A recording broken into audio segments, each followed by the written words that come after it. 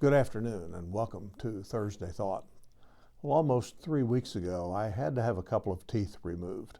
One had broken off at the gum line and the other was cracked up inside the gum and was aching. And so I decided to have both of them removed and then have implants later on this year after everything had healed up.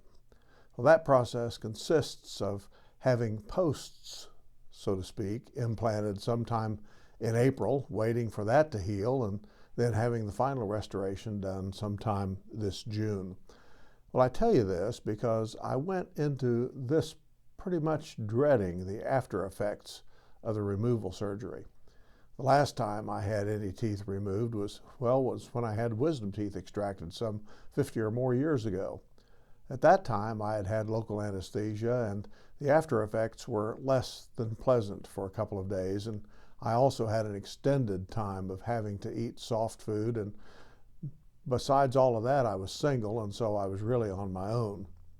This time, I asked to be put under general anesthesia, conscious sedation, I think they call it.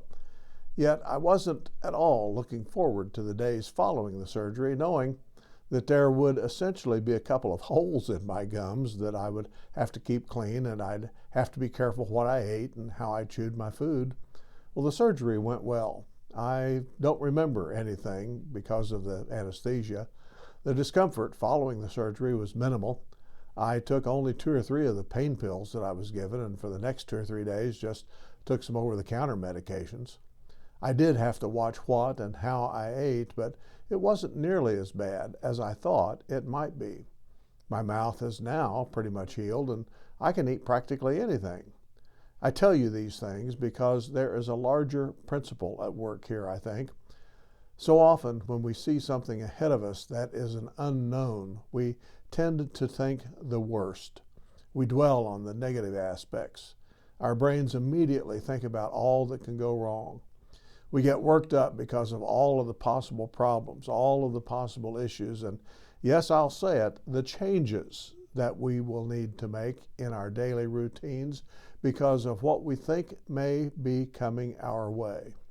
We are, after all, creatures of habit, of comfort, and of sameness.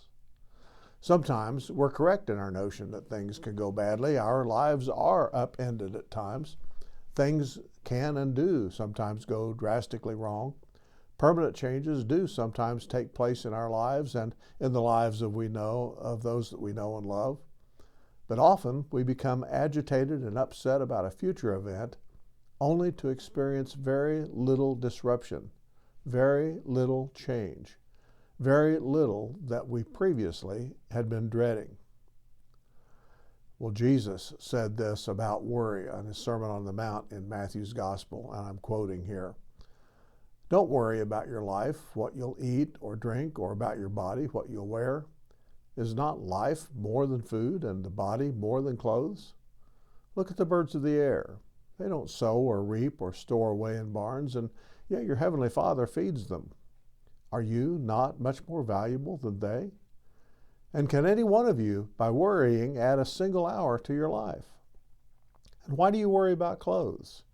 See how the flowers of the field grow. They don't labor or spin, and yet I tell you that not even Solomon in all of his splendor was dressed like one of these. If that's how God clothes the grass of the field, which is here today and gone tomorrow and thrown into the fire, will he not much more clothe you, you of little faith? So don't worry, saying, what'll we eat, or what shall we drink, or what shall we wear? For the pagans run after all these things, and your heavenly Father knows that you need them.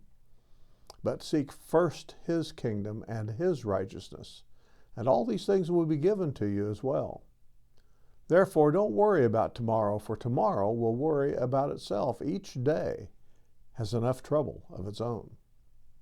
Unquote. Most of us tend to fret and worry entirely too much. We worry about things over which we have little or no control. I've spoken before about how some of us get all worked up about national and international politics, yet we virtually have no control over anything that happens in those venues.